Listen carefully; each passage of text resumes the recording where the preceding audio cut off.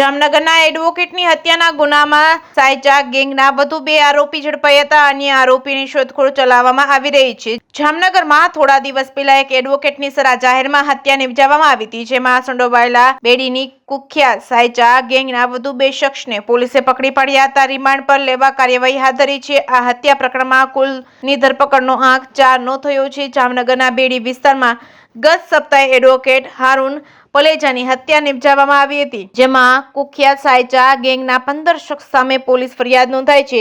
જે ગુનાના આરોપીઓને પકડી પાડવા માટે એસપી પ્રેમસુખ ડેલુએ ડીવાયએસપી જેએન ઝાલાના વડપણ હેઠળની સિટીની તપાસ સમિતિની રચના કરવામાં આવી છે. દરમિયાન ગેંગના સબીર જુસ્બા સાયચા નામના એક આરોપીની પોલીસ દ્વારા ઝડપી લેવા 7 દિવસના રિમાન્ડ પર લેવાયા છે. ઊંડાણપૂર્વકની પૂછપરછના આધારે તપાસની પોલીસ ટુકડીએ સાયચા ગેંગના વધુ બીજા 2 આરોપીને સિકંદરથી અટકાયત કરી હતી, જેને લઈને 7 દિવસના રિમાન્ડ લેવાયા છે. ત્યારબાદ હત્યા પ્રકરણના ત્રીજા આરોપી દિલાવર હુસેન કક્કલની ધરપકડ કરી લીધી છે, જેને 7 દિવસના રિમાન્ડ પર લેવા કાર્યવાહી હાથ ધરી છે. દરમિયાન આ પ્રકરણમાં વધુ એક ચોથા આરોપી સુલેમાન હુસેન કક્કલ ઉપરાંત અન્ય 2 સગીર ધરપકડ કરવામાં આવી છે. ત્યારબાદ આજે વધુ 2 આરોપી ઇમરાન નૂર મોહમ્મદ સાયચા અને રમજાન સલીમ સાયચાની અટકાયત કરવામાં આવી છે. આમ અત્યાર સુધીમાં આ હત્યા પ્રકરણમાં 2 ટાબરિયાઓ સહિત કુલ 8 લોકોની ધરપકડ કરવામાં આવી છે. અન્ય 7 આરોપીઓની શોધખોળ ચલાવવામાં આવી રહી છે. જે કેસ ગુજરાતી સાથે હર્ષલ ખંડેરિયા, જામનગર.